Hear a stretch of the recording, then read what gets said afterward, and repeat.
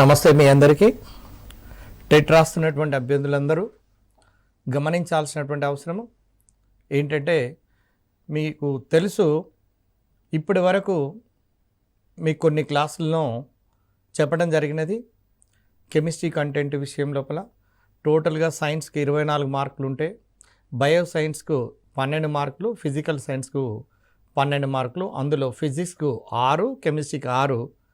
ప్రతి మార్కు కూడా చాలా కీలకమైనదే కాబట్టి కెమిస్ట్రీలో అతి సులభంగా కరెక్ట్ బేస్ కనుక మీకు పడినట్లయితే డెఫినెట్గా మనము అనుకున్నటువంటి ర్యాంకు సాధించడానికి అవకాశం ఉంటుంది. కాబట్టి మీరు తప్పకుండా ఈ కరెక్ట్ వే లోపల మీరు ప్రాపర్ వే లోపల కెమిస్ట్రీ చదివి మంచి మార్క్ పొందాలని కోరుకుంటూ, ఇప్పుడు ఈ చాప్టర్లో physical change and chemical change అంటే భౌతిక మార్పు, రసాయనిక మార్పు. అసలు భౌతిక మార్పు, రసాయనిక మార్పులను ఎలా గుర్తుపెట్టుకోవాలి, ఏ విధంగా వాటి మధ్యన డిఫరెన్సెస్ ఏంది, దానికి సంబంధించినటువంటి క్వశ్చన్లు ఏ విధంగా గతంలో అడుగుతున్నాడు డిఫరెంట్ కాంపిటేటివ్ ఎగ్జామినేషన్లో, నెక్స్ట్ టెట్ ఎగ్జామినేషన్లో ఎలా అడుగుతున్నాడు అనే విషయాల గురించి మనం చూస్తాము. చాప్టర్ పేరు చూడండి, ఫిజికల్ చేంజ్, కెమికల్ చేంజ్, భౌతిక రసాయనిక మార్పులు. భౌతిక రసాయనిక మార్పులు, రసాయనిక మార్పులు. ఇంగ్లీష్లో దీన్ని physical change and chemical change అంటారు. ఇప్పుడు దీన్ని అర్థం కావడానికి ఒకే ఒక ఎగ్జాంపుల్ ద్వారా సులభంగా మనము అర్థం చేసుకోవచ్చు. ఘనస్థితి, ద్రవస్థితి, వాయుస్థితి, సాలిడ్, లిక్విడ్, గ్యాస్. ఇందులో ఐస్ తీసుకుందాము, నెక్స్ట్ వాటర్ తీసుకుందాము, next water vapour. Water vapour అంటే బాష్పం. మీరు చూడండి, దీన్ని అబ్జర్వ్ చేయండి, మీకు స్పష్టంగా మీకు తెలిసిపోతుంది. వెంటనే ఎటువంటి క్వశ్చన్ వచ్చినా ఆన్సర్ చేయొచ్చు. భౌతిక రసాయనిక మార్పులు చూడండి, మన చుట్టూరు అనేక మార్పులు జరుగుతుంటాయి. అందులో ప్రధానమైనటువంటి కెమిస్ట్రీ ప్రకారము 2 రకాల మార్పులు. ఒకటి భౌతిక మార్పు, రెండవది రసాయనిక మార్పు. అయితే భౌతికమైనటువంటి మార్పు అంటే ఏంటి అంటే తాత్కాలికమైనటువంటి మార్పు. ఎలానూ తాత్కాలికమైన మార్పు అంటే, శీతాకాలంలో మనము కొబ్బరి నూనెను చూడండి, నెయ్యిని చూడండి, గడ్డ కడతాయి. శీతాకాలంలో అంటే వింటర్ సీజన్లో దాన్ని వేడి చేసినట్లయితే మళ్ళీ యథావిధి మొదటి స్థితికి వచ్చేస్తుంది. అంటే అది తాత్కాలికమైన మార్పు మాత్రమే. అలాంటి తాత్కాలికమైనటువంటి మార్పులను భౌతిక మార్పులు అని.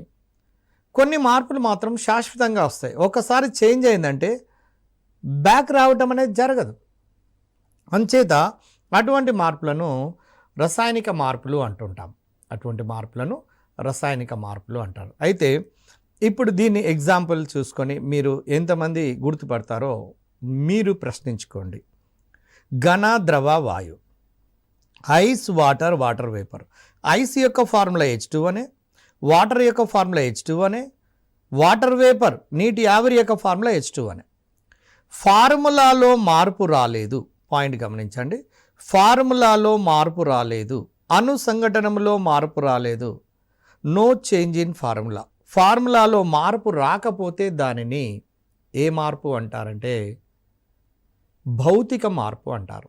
అంటే నీరు చూడండి, ఐస్ అనేది వాటర్గా మారటం, వాటర్ అనేది వాటర్ వేపర్గా మారటం, నీటి ఆవిరిగా మారటం, ఇవన్నీ భౌతిక మార్పులు. ఉదాహరణకు చిన్న ఎగ్జాంపుల్ తీసుకుంది.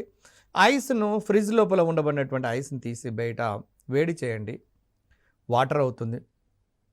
అదే వాటర్ను మళ్ళీ ఫ్రిడ్జ్ లోపల ఉంచండి, డీప్ లోపల కనుక ఉంచితే మళ్ళీ ఐస్గా మారుతుంది. అది తాత్కాలికమైన మార్పే. అవసరాన్ని బట్టి మనం అటు ఇటు చేంజ్ చేసుకోవచ్చు. కానీ కొన్ని మార్పులు ఆ విధంగా చేంజ్ చేయలేం, చేయడానికి అవకాశం లేదు. అలాంటి అవకాశం లేని మార్పులన్నింటినీ కూడా రసాయనిక మార్పులు లేదా కెమికల్ చేంజెస్గా మనం భావిస్తాం. అంటే ఇప్పుడు చూడండి, నీరు, ఐస్ నీరుగా మారిన భౌతిక మార్పే, నీరు నీటి ఆవిరిగా మారిన భౌతిక మార్పే, నీటి ఆవిరి నీరుగా మారిన భౌతిక మార్పే, నీరు ఐస్గా మారిన భౌతిక మార్పు. All these are the physical changes examples. Very simple. దీన్ని ఒక్కటి గుర్తుపెట్టుకుంటే మిగిలిన అన్ని అర్థం చేసుకోవడానికి అవకాశం ఉంటుంది. ఫార్ములాలో మార్పు అంటే ఇది ఐస్లో ఉన్న వాటర్ మాలిక్యూలే, వాటర్లో ఉన్నది కూడా వాటర్ మాలిక్యూలే, వాటర్ వేపర్లో ఉన్నది కూడా వాటర్ మాలిక్యూల్సే. కాబట్టి ఫార్ములాలో మార్పు రాలేదు కాబట్టి ఇది ఫిజికల్ చేంజ్గా మనము తీసుకోవచ్చు. ఇంకా కొన్ని మార్పులను మీరు గమనించి, నేను ఇక్కడ ఒక మార్పు రాస్తాను, మీరు ఒకసారి గమనించండి. CaCO3 చూడండి, కాల్షియం కార్బోనేట్. దీన్ని వేడి చేశాను. వేడి చేయడానికి ఈ ట్రయాంగిల్ గుర్తు వాడతారు. CaO + CO2 carbon dioxide. అంటే ఇవి చర్యలో ముందుగా ఉండబడే వాటిని ఏమంటారంటే క్రియాజనకాలు అంటారండి. క్రియాజనకాలు.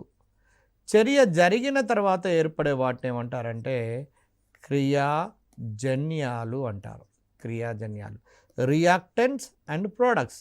చూడండి, రియాక్టెంట్లలో ఏదైతే ఉన్నదో అదే విధంగా ఫార్ములాలో మార్పు రాకుండా ఉంటే అది భౌతిక మార్పు. కానీ ఇక్కడ CaCO3 ఉంటే ఇక్కడ CaO CO2 ఉన్నది.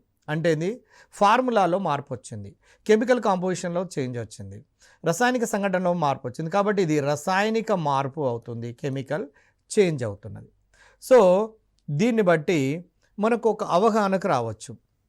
అది ఏ విధంగా రావచ్చో మీరు ఒక్కసారి గమనించండి. ఇప్పుడు ఫిజికల్ చేంజ్, ప్రధానంగా కెమికల్ చేంజ్ అంటే నో చేంజ్ ఇన్ ఫార్ములా. చూడండి, నో చేంజ్ ఇన్ ఫార్ములా. ఇది తెలిసి ఇది ఆటోమేటిక్గా తెలుస్తుంది. Change in formula. చూడండి, చేంజ్ ఇన్ ఫార్ములా, ఫార్ములాలో మార్పు వచ్చేస్తుంది. ఓకే, ఫస్ట్ది. నెక్స్ట్ ఒకటి భౌతికమైనటువంటి మార్పు, టెంపరరీ చేంజ్. అంటే శాశ్వతమైన మార్పు కాదు, తాత్కాలికమైన మార్పు, భౌతిక మార్పు. ఇది పర్మనెంట్ చేంజ్ అంటే శాశ్వతమైనటువంటి మార్పు. ఇది చూడండి, టెంపరరీ చేంజ్, పర్మనెంట్ చేంజ్. అంటే భౌతిక మార్పు ఏమో టెంపరరీ, రసాయనిక మార్పు ఏమో శాశ్వతమైనటువంటిది, పర్మనెంట్ చేంజ్ అవుతున్నది. తర్వాత భౌతిక మార్పు జరిగినప్పుడు శక్తి మార్పు అనేది పెద్దగా ఉండదు. చూడండి, శక్తి మార్పు ఉండదు. దీంట్లో రసాయనిక మార్పు జరిగినప్పుడు శక్తి మార్పు అనేది ఉంటుంది. శక్తి మార్పు అనేది ఉంటుంది. ఇంకొక point, no new substance. No new substance, కొత్త పదార్థము అనేది ఏర్పడదండి ఫిజికల్ చేంజ్లో. కొత్త పదార్థం, న్యూ సబ్స్టెన్స్ ఈజ్ ఫార్మింగ్ అంటే కొత్త పదార్థం అనేది ఏర్పడుతూ ఉంటుంది. చూడండి, ఈ ప్రధానమైనటువంటి ఈ 4 అంశాలను కనుక గుర్తుపెట్టుకున్నట్లయితే ఆటోమేటిక్గా ఏ క్వశ్చన్ ఇచ్చినా కూడా, ఏ కాంపిటేటివ్ ఎగ్జామినేషన్లో ఎలాంటి తరహా ప్రశ్న ఇచ్చినా ఫిజికల్ చేంజెస్, కెమికల్ చేంజెస్ దాన్ని ఈజీగా క్రాక్ చేయడానికి అవకాశం ఉంటుంది. చూడండి, నో చేంజ్ ఇన్ ఫార్ములా, ఫార్ములాలో మార్పు లేదు, ఫార్ములాలో మార్పు ఉంది. తాత్కాలికమైన మార్పు, శాశ్వతమైన మార్పు. శక్తిలో మార్పు లేదు, శక్తిలో మార్పు ఉంటుంది. నో న్యూ సబ్స్టెన్స్, కొత్త సబ్స్టెన్స్లు ఏర్పడవు అంటే కొత్త పదార్థాలు ఏర్పడవు, కొత్త పదార్థాలు ఏర్పడతాయి. అంటే రసాయనిక మార్పు దాంట్లో కొత్త పదార్థాలు ఏర్పడతాయి. ఈ డిఫరెన్సెస్ని గుర్తుపెట్టుకున్న తర్వాత మీరు 1కి 2 సార్లు ఈ డిఫరెన్స్ని గుర్తుపెట్టుకోగలిగితే గమనించండి. విన్న తర్వాత నెక్స్ట్ ఎగ్జాంపుల్ ఏది ఇచ్చినా కూడా మనం గుర్తుపట్టగలిగే స్టేజ్కి రావాల్సినటువంటి అవసరం ఉంటుంది. ఇందులో ఉదాహరణకు చూద్దాము, కొన్ని ఎగ్జాంపుల్ తీసుకుందాము. అమ్మోనియం క్లోరైడ్ గతంలో అడిగినటువంటి గ్రూప్స్లలో కూడా అడిగినటువంటి క్వశ్చనే. దీన్ని ఉత్పతనము చేస్తున్నాము. ఉత్పతనము అంటే మీకు తెలుసండి, గతంలో అడిగాము, సబ్లిమేషన్. దీన్ని వేడి చేస్తే మళ్ళీ ఘనస్థితి నుంచి వాయు స్థితికి మారుతుంది, సాలిడ్ నుంచి గ్యాస్కి మారుతుంటుంది. ఇందులో NH4Cl ఇది ఏ చేంజ్ అంటే ఫిజికల్ చేంజ్, అంటే ఫార్ములాలో మార్పు రాలేదు కాబట్టి. నెక్స్ట్ క్యాంఫర్ కూడా ఉత్పతనం చెందుతూ ఉంటుంది. ఇది కూడా ఇక్కడ కూడా క్యాంఫర్ సంబంధించిన మాలిక్యూల్సే వస్తున్నాయి కాబట్టి ఇది కూడా భౌతిక మార్పే. నెక్స్ట్ ఉదాహరణకు ఒక చిన్న ఎగ్జాంపుల్, జనరల్ ఎగ్జాంపుల్ తీసుకుందాము. పండ్లు అంటే కాయ పండుగా మారినది అనుకోండి. కాయ పండుగా మారినట్లయితే చూడండి, కాయ పండుగా మారినప్పుడు చూడండి, కాయ పండుగా మారినప్పుడు ఏమవుతుంది చెప్పండి, ఒకసారి గమనించండి. అంటే పండుగ రైఫనింగ్ ఆఫ్ ఫ్రూట్స్, అనేది ఏ చేంజ్ అవుతుందో మీరు గమనించండి. ఇప్పుడు సొంతంగా ఆలోచన చూడండి. ఒక్కసారి కాయ పండుగా మారిన తర్వాత పండు తిరిగి కాయగా మారలేదు. కాబట్టి ఇది శాశ్వతమైనటువంటి మార్పు. శాశ్వతమైనటువంటి మార్పు కాబట్టి కెమికల్ చేంజ్ కిందికి తీసుకోవచ్చు. నెక్స్ట్ ఆహారము జీర్ణమవుట. చూడండి, ఆహారము జీర్ణము కావటం, డైజెషన్ ఆఫ్ ఫుడ్. ఇది ఆహారము జీర్ణము అవటం కూడా ఒక శాశ్వతమైనటువంటి మార్పే, అంటే కెమికల్ చేంజ్ కిందికే వస్తున్నాయి. అదేవిధంగా కొన్ని ఎగ్జాంపుల్ కనుక చూసినట్లయితే మనకు గుర్తుపట్టలేము, కొన్ని గుర్తుపట్టలేనటువంటి ఉంటే వాటి మీద మనము కాన్సన్ట్రేట్ చేయవలసినటువంటి అవసరం ఉన్నది. ఆ ఎగ్జాంపుల్ ఏంటో చూడండి. ఇప్పుడు ఉదాహరణకు చక్కెరను నీటిలో కరిగించండి. చక్కెరను నీటిలో కరిగించండి. చక్కెర నీటిలో కరిగితే ఎలాంటి మార్పు అంటే, చక్కెర నీటి లోపల కరిగినట్లయితే భౌతికమైనటువంటి మార్పు, అంటే కొత్త సబ్స్టెన్సెస్ ఏర్పడవండి ఇక్కడ. అంటే ఇట్స్ ఎ ఫిజికల్ చేంజ్. అంటే dissolving the sugar in water is nothing but physical change. అంటే చక్కెరను కావచ్చు, లేదా గ్లూకోజ్ కావచ్చు, లేదా సాల్ట్ సోడియం క్లోరైడ్ కావచ్చు, నీటి లోపల కరిగినప్పుడు ఏర్పడుతున్నటువంటి ద్రావణాలు, formation of solutions, ద్రావణాలు ఏర్పడుట.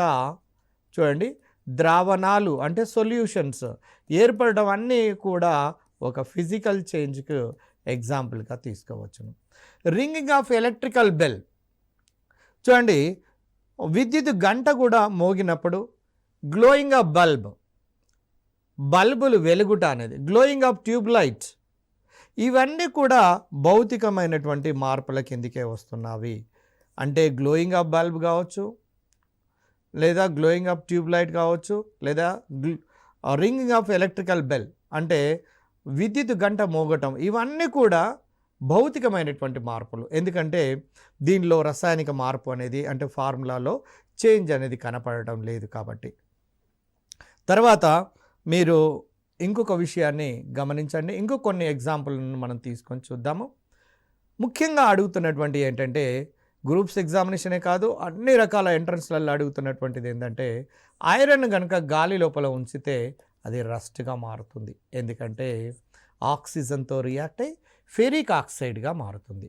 Ferric oxide, ferrous oxide లేదా ఫెరిక్ ఆక్సైడ్. మీ అందరికీ తెలుసు, ఫెర్రస్ అన్నప్పుడు +2 ఆక్సీకరణ స్థితిని, ఫెరిక్ అన్నప్పుడు +3 ఆక్సీకరణ స్థితిని కలిగి ఉంటుంది. ఇది రస్ట్ అన్నట్టు. రస్ట్ యొక్క ఫార్ములాలో Fe2O3. అంటే చూడండి, ఇనుము తుప్పు పట్టినప్పుడు, ఇనుము తుప్పు పట్టడం అంటే ఏంటి చెప్పండి, ఆక్సిజన్తో రియాక్ట్ అయినప్పుడు Fe2O3గా మారుతుంది. రస్ట్ యొక్క ఫార్ములా గతంలో ఒకసారి అడిగాను, Fe2O3. నెక్స్ట్, ఇది రసాయనిక మార్పా భౌతిక మార్పా అంటే రసాయనిక మార్పు. ఎందుకంటే ఇక్కడ ఐరన్ ఉంటే ఇక్కడ Fe2O3 ఉన్నది. రస్ట్ జరిగినప్పుడు దాని యొక్క భారంలో పెరుగుతుందా తగ్గుతుందా అని అడిగాడు. కాబట్టి ఆక్సిజన్లు కలుస్తున్నవి కాబట్టి దాని భారం లోపల పెరుగుదల జరుగుతున్నది. ఇది కూడా గతం లోపల అడిగినటువంటి క్వశ్చన్. ఇదే విధంగా ఇంకా కొన్నింటిని కనుక మీరు చూసినట్లయితే, నేను ఒక కెమికల్ రియాక్షన్ ఇక్కడ ఒకటి రాస్తున్నాను. అది భౌతిక మార్పా రసాయనిక మార్పా మీరే గుర్తించండి. ఉదాహరణకు N2+3H2 gives rise to 2 moles of ammonia. చూడండి, నైట్రోజన్ హైడ్రోజన్తో చర్య నుండి అమ్మోనియాగా మారింది. ఇది ఏ మార్పో మీరే చెప్పండి. ఈజీ గుర్తుపట్టవచ్చు. క్రియాజనకాలలో ఒక రకమైనటువంటి కాంపోనెంట్స్ ఉంటే క్రియాజన్యాల్లో ఇంకొక రకమైన కాంపోనెంట్స్ ఉన్నది కాబట్టి ఇది ఖచ్చితంగా రసాయనిక మార్పు లేదా కెమికల్ చేంజ్ అనవచ్చు. ఇప్పుడు ఇంకొక దాన్ని ఎగ్జాంపుల్ తీసుకోండి. ఫ్రూట్ను తీసుకుందాం. యాపిల్ను కట్ చేయండి. ఇప్పుడు యాపిల్ ఫ్రూట్ను మీరు తీసుకొని దీన్ని కట్ చేయండి. యాపిల్ను కట్ చేసినప్పుడు నీకు ఏ విధంగా కనపడుతుంది అంటే వైట్గా కనపడుతుంది. కానీ కొంత సమయం తర్వాత యాపిల్ లోపల ఉండబడినటువంటి ఐరన్ అనేది గాలి లోపల ఉండబడిన ఆక్సిజన్తో రియాక్ట్ అయి Fe2O3గా మారి ఐరన్ ఆక్సైడ్గా మారి దాని యొక్క రంగు ఏ కలర్ అంటే రెడ్ కలర్ లోపలికి వచ్చేస్తుంది కొంత సమయం తర్వాత. ఎప్పుడైతే రెడ్ కలర్గా వచ్చిందో మళ్ళీ తిరిగి వైట్ కలర్కి ఎట్టి పరిస్థితిలో రాలేదు. కాబట్టి ఇది పర్మనెంట్ చేంజ్. కాబట్టి ఇది పర్మనెంట్ అంటే కంప్లీట్గా శాశ్వతమైనటువంటి మార్పు కాబట్టి ఇది కెమికల్ చేంజ్ కిందకి మనం ఎగ్జాంపుల్గా తీసుకోవచ్చును. ఈ విధంగా మీరు 1, 2 ఏంటి ఎన్నో ఎగ్జాంపుల్లను మనం తీసుకొని మనం సూక్ష్మంగా పరిశీలించినట్లయితే ఏది భౌతిక మార్పు, ఏది రసాయనిక మార్పునో మనము గుర్తించటానికి అవకాశం ఉంటుంది. కాబట్టి ఇంకో కొన్ని ఎగ్జాంపుల్లను చూద్దాము. జింక్ ఆక్సైడ్ను వేడి చేయండి. జింక్ ఆక్సైడ్ను వేడి చేసినట్లయితే చూడండి, జింక్ ఆక్సైడ్ కానీ లెడ్ ఆక్సైడ్ను ZnO రంగులో మాత్రమే మార్పు వచ్చేస్తుంది, కానీ ఫార్ములాలో మార్పు రాలేదు. కాబట్టి ఇది ఫిజికల్ చేంజ్, అంటే తాత్కాలికమైనటువంటి మార్పు మాత్రమే, అంటే టెంపరరీ చేంజ్ మాత్రమే. ఈవెన్ లెడ్ ఆక్సైడ్ కూడా మీరు తీసుకొని చూసినట్లయితే దీన్ని వేడి చేసినా కూడా PbOగానే మారుతున్నది. కాబట్టి ఇది కూడా ఫిజికల్ చేంజ్ మాత్రమే అని మనం గుర్తించడానికి అవకాశం ఉంది. ఇప్పుడు ఎంత పెద్ద కెమికల్ రియాక్షన్ ఏదన్నా ఇచ్చుకొనియండి, మనకు సంబంధమే లేదు.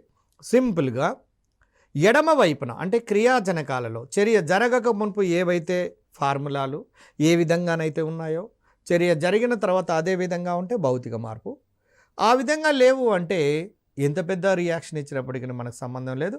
దాన్ని బట్టి మనము గుర్తుపట్టవచ్చు. ఇప్పుడు ఉదాహరణకు ఇంకొక రియాక్షన్ నేను రాస్తున్నాను చూడండి. ఇది ఏ మార్పు మీరు చెప్పండి. CH3COOH plus NaOH. ఇది ఇక్కడ కెమికల్ ఈక్వేషన్ బ్యాలెన్స్లతో సంబంధం లేదు. జస్ట్ ఈ క్లాసును జాగ్రత్తగా వింటే చాలు, యు ఆర్ ఏబుల్ ఈజీగా దానికి సంబంధించినటువంటి క్వశ్చన్ను మీరు చేస్తారు. సోడియం ఎసిటేట్ చూడండి, సోడియం ఎసిటేట్ ప్లస్ వాటర్ అంటే ఒక సాల్ట్ వాటర్ వచ్చిందండి.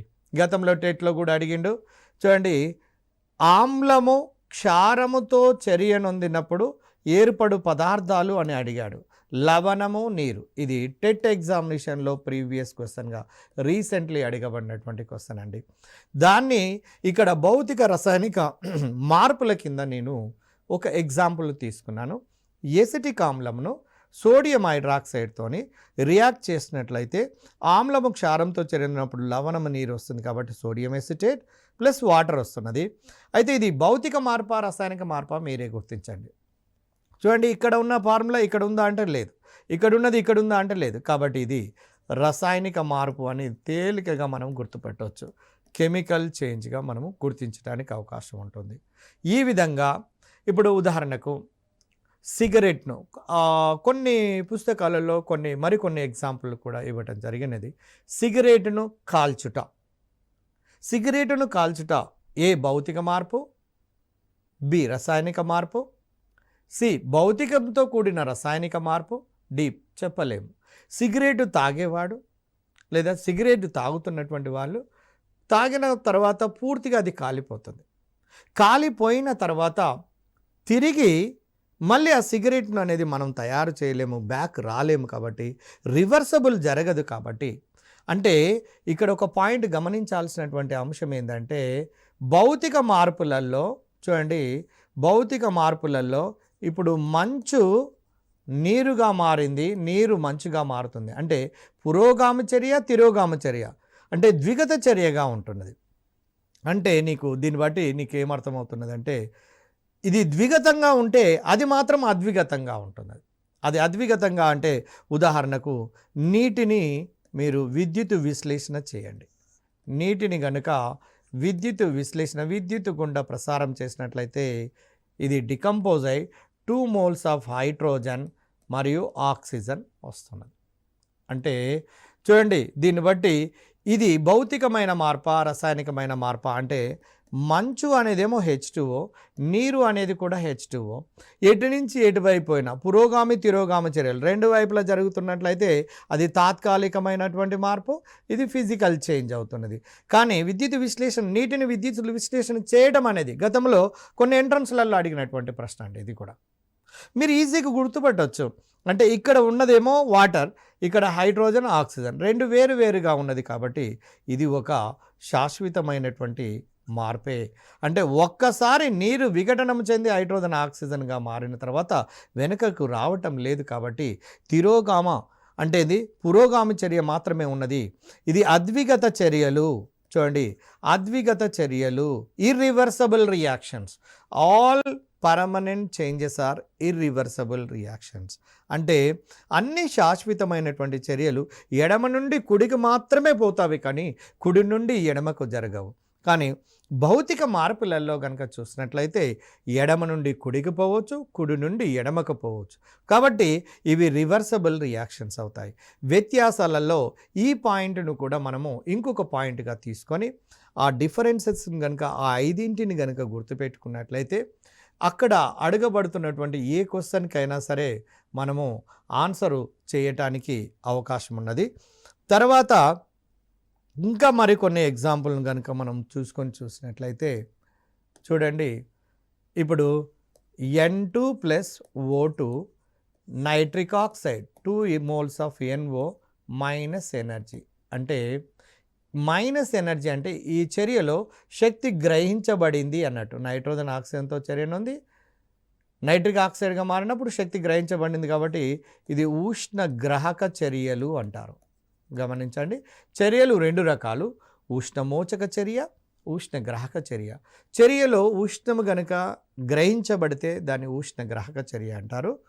చర్యలో ఉష్ణము వెలువడితే దాన్ని ఉష్ణ మోచక చర్య అంటారు.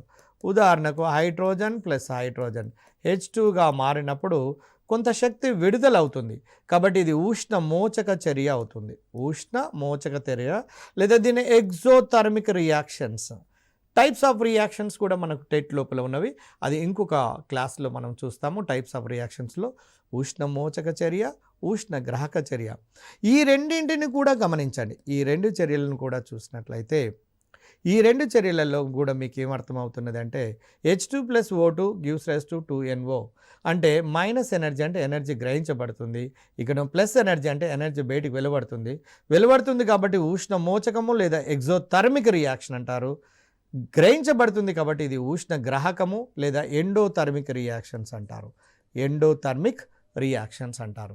కాబట్టి ఈ 2 కూడా ఎటువంటి తరహా చర్యలు అంటే ఈజీ గుర్తుపట్టవచ్చు. ఇక్కడ ఉండబడినటువంటి అనుఘటకాలు ఇక్కడ లేవు కాబట్టి, అంటే సేమ్ యాజ్ ఇట్ ఈజ్ ఉంటే అది ఫిజికల్ చేంజ్, లేవు కాబట్టి దాన్ని మనము రసాయనిక మార్పుల కిందికి తీసుకోవచ్చును. ఇవి రసాయనిక చర్యలు, రసాయనిక మార్పులు. అంటే దీన్ని బట్టి నీకు ఓవరాల్గా అర్థమైనది ఏంటంటే శాశ్వతమైనటువంటి మార్పులు, తాత్కాలికమైనటువంటి మార్పులు. శాశ్వతమైనదేమో రసాయనిక చర్య అని, తాత్కాలికమైనదేమో భౌతిక చర్య అని. ఉదాహరణకు వుడ్డును లేదా పేపర్ను మండించాము అనుకోండి, దాన్ని బూడిదగా మారుతుంది. ఒకసారి బూడిదగా మారిన తర్వాత ఎట్టి పరిస్థితిలో మళ్ళీ ఆ పేపర్ను కానీ, ఆ మొద్దును కానీ లేదా ఆ వుడ్డును కానీ మనము తిరిగి పొందలేము. అంచేత అది ఏ చర్య కిందికి వస్తున్నది అంటే మనము రసాయనిక చర్యల కిందికి తీసుకోవచ్చు. ఈ విధంగా వివిధ రకాల ఎగ్జాంపుల్స్ ద్వారా ఈ క్రింది వానిలో భౌతిక చర్య ఏది అని అడుగుతున్నాడు. ఎగ్జాంపుల్ చూడండి, మీరు ఆన్సర్ చేయడానికి ప్రయత్నం చేయండి. గతంలో అడుగుతున్నటువంటి మోడల్ ఎలా ఉన్నదో చూడండి. ఈ క్రింది వానిలో రసాయనిక చర్య ఏది అన్నాడు. ఏ, రైపనింగ్ ఆఫ్ ఫ్రూట్స్, పండ్లు పండుట, కాయలు పండ్లుగా మారుట. బి, అమ్మోనియం క్లోరైడ్ను ఉత్పతనము చెందించుట, అయోడిన్ను ఉత్పతనము చెందించుట. డి, చక్కెరను నీటిలో కరిగించుట. చూడండి క్వశ్చన్ ఎలా అడిగిండో చూడండి. ఇక్కడ ఈ క్రింది వానిలో రసాయనిక మార్పు ఏది లేదా రసాయనిక చర్య ఏది? ఇక్కడ మార్పులు అనే పదం గురించి మాట్లాడుతున్నాం కాబట్టి మార్పే తీసుకుందాం. అంటే కాయలు పండ్లుగా మారటం, అమ్మోనియం క్లోరైడ్ ఉత్పతనము చెందటం, అయోడిన్ ఉత్పతనము చెందటం, చక్కెరను నీటిలో కరిగించటం. మీ అందరికీ తెలుసు, చక్కెర నీటి లోపల కరిగితే భౌతిక మార్పు. అయోడిన్ ఉత్పతనం చెందితే అన్ని ఉత్పతన చర్యలన్నీ కూడా భౌతిక మార్పులే. అమ్మోనియం క్లోరైడ్ ఉత్పతనం చెందుతుంది కాబట్టి ఇది కూడా భౌతిక మార్పే. కాయలు అనేవి పండ్లుగా మారుతున్నాయి కాబట్టి చూడండి, కాయలు పండ్లుగా మారుతున్నాయి కాబట్టి ఒక్కసారి పండుగ మారిన తర్వాత మళ్ళీ కాయగా మారే అవకాశం లేదు. కాబట్టి దీన్ని మనం ఎలాంటి మార్పు కిందికి మనం తీసుకుంటాము అంటే రసాయనిక మార్పు కిందికి తీసుకుంటాం. కాబట్టి ఈ క్రింది వానిలో రసాయనిక మార్పు ఏది అన్నాడు. కాబట్టి కాయలు పండ్లుగా మారుట అనేది రసాయనిక మార్పునకు ఒక ఉదాహరణగా తీసుకోవచ్చు. ఈ విధంగా ఎటువంటి క్వశ్చన్ వచ్చినప్పటికీ, ఎంత పెద్ద రియాక్షన్ ఇచ్చినప్పటికీ కూడా మనము ఈజీగా ఆన్సర్ చేయడానికి అవకాశం ఉంటుంది. ఇప్పుడు మనము ఇంకొక ఎగ్జాంపుల్ను చూడండి. పాలు పెరుగుగా మారాయి. ఇది చాలా సందర్భాల్లో చాలా ఎంట్రన్స్లలో అడిగినటువంటిదే. చూడండి, పాలు పెరుగుగా మారినవి. పాలు పెరుగుగా మారటము అనేది ఎటువంటి రకపు మార్పు మీరే చెప్పండి. ఒక్కసారి పెరుగులాగా గడ్డ కట్టిన తర్వాత తిరిగి పాలుగా మారటానికి అవకాశం ఏమైనా ఉంటుందా అంటే ఉండదు. అంటే ఇది ఇర్రివర్సబుల్ రియాక్షన్. ఇర్రివర్సబుల్ రియాక్షన్ అంటే ఖచ్చితంగా దేనికి సంబంధించింది అంటే శాశ్వతమైనటువంటి మార్పే. శాశ్వతమైనటువంటి మార్పు అంటే కెమికల్ చేంజ్, రసాయనిక మార్పే. కాబట్టి అదేవిధంగా గోడలకు సున్నం వేసినప్పుడు చూడండి, గోడలకు సున్నం వేసినప్పుడు మొట్టమొదట తెల్లగా కనిపించదు. కొంత సమయం తర్వాత దాని మీద ఉండబడే సున్నం లోపల ఉండబడే కాల్షియం ఆక్సైడ్, వాతావరణం లోపల ఉండబడినటువంటి కాల్షియం ఆక్సైడ్ చూడండి వాతావరణంలో ఉన్నటువంటి ఇతర వాయువులతో చర్యలో పాల్గొని కాల్షియం కార్బోనేట్గా మారుతుంది.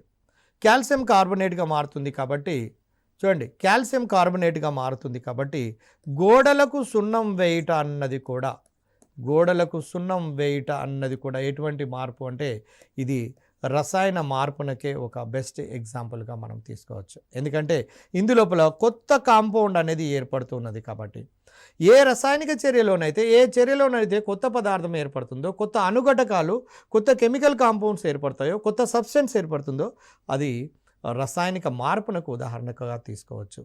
ఇవన్నీ కూడా పాలు పెరుగుగా మారటం కావచ్చు, ఆహారం జీర్ణం కావటం కావచ్చు, మన నిత్య జీవితంలో జరుగుతున్నటువంటి మార్పులన్నింటినీ సున్నితంగా సూక్ష్మంగా గమనిస్తే ఏది భౌతిక మార్పో ఏది రసాయనిక మార్పో మనం సులభంగా గుర్తుపట్టడానికి అవకాశం ఉన్నది. కాబట్టి మనకు తెలుగు అకాడమీ టెక్స్ట్ బుక్ లోపల ఉండబడినటువంటి అంశాలను, అందులోపల ఉన్నటువంటి మార్పులను కూడా మీరు గమనించి ఏది భౌతికమైనటువంటి మార్పు ఏది శాశ్వతమైనటువంటి మార్పు ఈ క్లాస్ యొక్క కాన్సెప్ట్ను బేస్ చేసుకొని మీరు రేపు రాయబోయే ఎంట్రన్స్లలో తప్పకుండా మంచి మార్కులు, అంటే ముఖ్యంగా టెట్ ఎగ్జామినేషన్ అనేది చాలా ప్రెస్టీజియస్ ఎగ్జామినేషన్గా మారినది.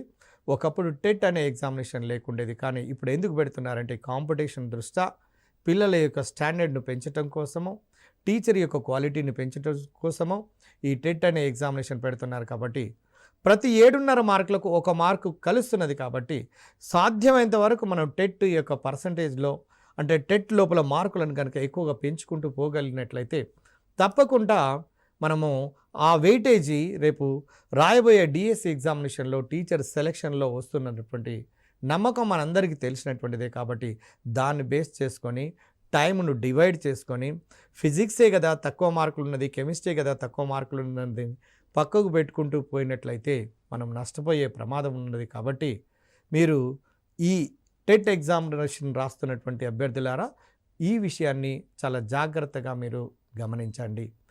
మీరు మంచి మార్కులు పొందాలని కోరుకుంటూ థ్యాంక్ యూ ఉండండి.